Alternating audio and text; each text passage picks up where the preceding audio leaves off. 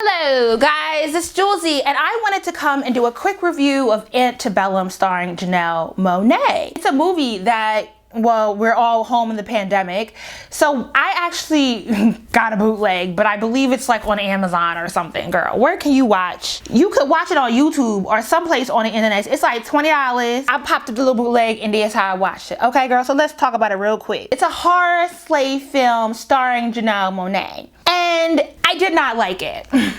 Which is why we're here to talk about it. Now, I do want to preface this because every time I do a movie review and I don't like the movie, y'all don't like nothing. First of all, everyone is entitled to feel differently about whatever they consume. So this is not that you have to agree with me about the movie, but it is to say, you know, we are allowed to criticize art, and I think it is important that we do critique art and we have these conversations. I think a difference of opinions is very valuable in this scenario, but also that I have reviewed movies that I like. So I just want to discuss the issues, okay? Because they were glaring. They were there in my face. I'm like, wow, what the fuck did I just watch? Was the question. WTF. Girl. Antebellum opens up with trauma. And the problem with the movie is that it doesn't flesh out the purpose of what's happening. In the movie, we open on what we perceive, and there are absolutely spoilers here, so please, if you want to watch the movie, this might be the time where you go watch it and come back, okay? So we are on a slave plantation, right? And we see a woman violently killed in the opening scene of the movie, a black woman. And I guess her and another black man and Janelle Monáe's character were attempting to run away. Is that we don't get names for any of the characters, right? Janelle Monáe's character on the plantation, her name is Eden. The plantation owner, I believe, name played by Jenna Malone, is named Elizabeth.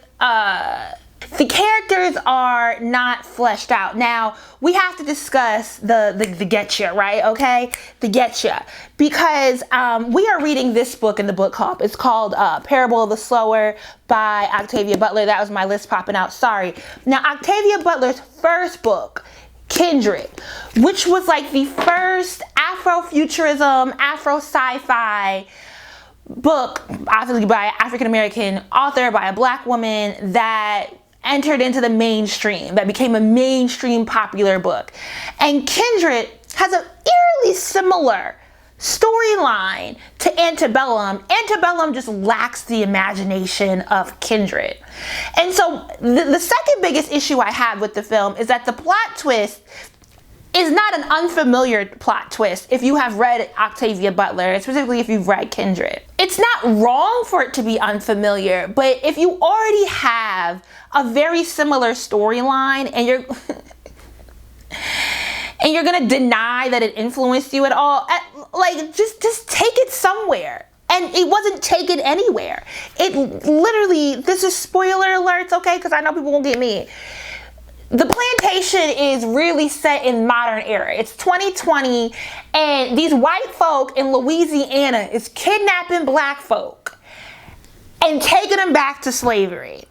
That never gets explained. That we're never informed of why is this happening, which leaves you with so many questions, right? You do not get characters who have backstories that are thoroughly fleshed out. Like Eden, whose real name is Veronica, who is a very savvy PhD in race theory.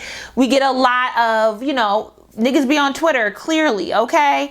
And they copy and paste that into the script. All the black intellectuals on Twitter that be dragging everything, they take them hot topics about misogyny and patriarchy and microaggressions and intersectionality and plopped it in a little cute speech that Veronica gave. And that's as much backstory. She has a cute little husband, cute little daughter. She does commentary like on the news stations. She gathers the white men. You know, we get the trope. We get what you're getting at. Janelle Monáe, Veronica, has two homegirls who we see. I actually didn't mind Gabby, and I don't want to butcher her name up, Gabby Sabidide. She is the fat black humor for briefly in an otherwise very traumatic film. I didn't take as much issue in this context because Gabby's character also was very much so bagging the men, right? She was gathering the men, had the men, sex positive, relationship expert, girl had that. But it still was a trope, right? Because the fat black friend is humor was like, oh, okay. We get like all of maybe 10, 15 minutes with them. And then Janelle Monáe, whose character's name is Veronica, is kidnapped onto the plantation. And so it leaves you with the question of like, how does a plantation that harkens back to slavery exist in 2020, right? Because, and I get it, horror is fantastical, it's unrealistic, it should push the boundaries, right? But if you're gonna push the boundaries into this wildly unrealistic storyline, then go with it, right? Create this really wild storyline that's like, wow, you know, there could have been some magic existed in this. No, they wanted you, the storyline literally is that there is a plantation in 2020 where these white people run it and they kidnap black folks to save the race. But like, they're not kidnapping that many black folks. It's like 10, 15 black people that are taken back, stripped, and like you get all the trauma and violence of slavery, right? So you get the lynchings, you get the suicides, you get the rape, you get the beatings. But why in 2020, like, why in 2020 besides black folks being captivated like that, why are white folks going back towards Confederacy and hoop skirts and no cell phones and not brushing their teeth? Like, it does such a disservice because slavery was an entire apparatus, right? So when we think about what slavery was, it was a system. It was not just individual white people who owned slaves. It was an entire infrastructure, right? In the same way in 2020, we're having these conversations about abolish the police, and it's like, oh no, abolish the police, right? Because many of us can't imagine a world where the cops don't exist. We can't imagine, even regardless of how we actually use the police, a lot of us live in a world where the cops are a part of our very material reality, and they do serve a function for us, right? And so slavery was much more pervasive than how we even think of our criminal justice system that a lot of us don't really ever interact with. There was no way to not interact with slavery. Slavery was the economy. You think like, if you ever lived in a city where everyone had a job, like at the one company, I don't know, maybe Boeing was based in your company and everybody worked at Boeing. Like, you live in Houston in the medical center, right? And everyone either works at one of the hospitals or works in a school system at KIPP, right? Or is an engineer at one of the oil companies, right? But you know the places where people go to work. Slavery like was that place, right? Like, you know, generating cotton and working at a plantation if you didn't have your own plantation. You know, where were the stores? Where were your goods coming from? Where was your clothing being made at? Like, slavery was that system. It was an entire societal infrastructure. How do you replicate this singularly on one plantation and keep modern day black Americans enslaved in Louisiana? And you are entering in and out of society to kidnap black folks and put them on essentially what is billed as a civil rights reenactment center, and don't nobody catch wind. And there's nothing else happening, right? There's no other purpose. There's like two individuals who are at the root of this. There's not this entire society. There is not, I'm just thinking of all the ways it could have really pushed, like if you wanted to create the story and create the drama and the horror, what it was a film that largely relied on black trauma porn. It was for 106 minutes. Almost a constant barrage of violence against the black body that was never contextualized. There was no purpose, there was no root. They had niggas picking cotton that they burned at the end of the day. They were raping the black women at will. And we get like a few brief mentions of, oh, they are going, the black, you know, too much diversity is taking over the world and we're gonna lose our culture. But there's never any like apparatus explained. There's never any how do they do these things? How did they get this idea? How did it start? What was the history? Where did this come from? What's the reason? I had a reason. What was the reason? What was the reason? The reason was just you didn't want the white race to die, so you gonna get you 20 niggas, put them back to 1862 and do what? Why would you even have this commitment to that sort of archaic violence, right? Like when we, the other problem for me is that, like, you know, slavery ended in 1865. And it's not like slavery ended and the white folks was like, oh, you got us. Y'all niggas is free. Go do what you do now, okay?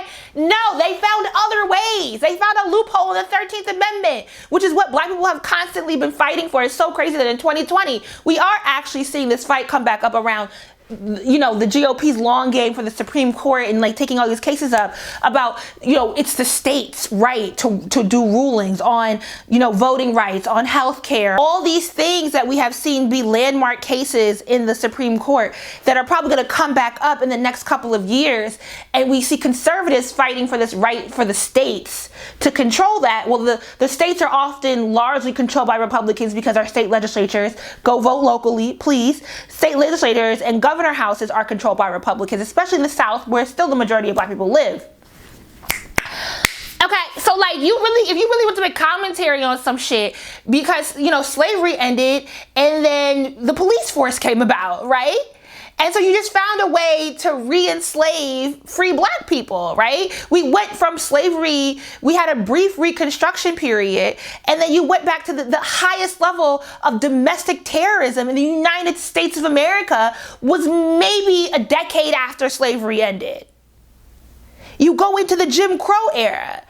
And we've seen these constant systems that keep coming up, that keep being replicated in order to keep control of the black body. If you wanted to tell a horror story based in the modern era that harkened back to slavery or to the terrorism that black people have just continually faced in this country, it doesn't need to be this intense trauma just thrown at you where these lives are now worthless. Like, if these people were really kidnapped, like, we don't even get backstories. Like, why would someone kill themselves, commit suicide after being kidnapped, instead of, like, if I'm gonna die, let me at least try to run trying? If white people have all these other means to re-enslave the black body in the modern era, why would they commit on one plantation to slavery?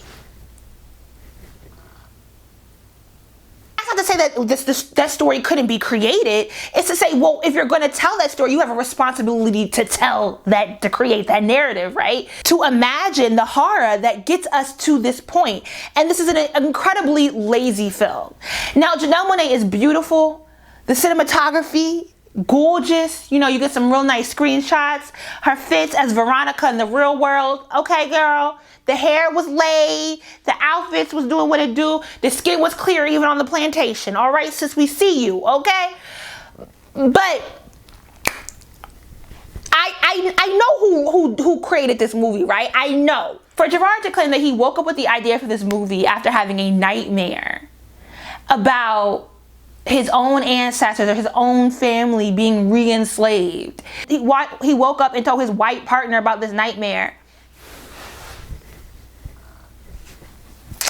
I don't know how it worked for you to imagine your family being re-enslaved like this, and then tell your white partner, and then turn that bullshit into a movie, baby. I don't really know how that lands.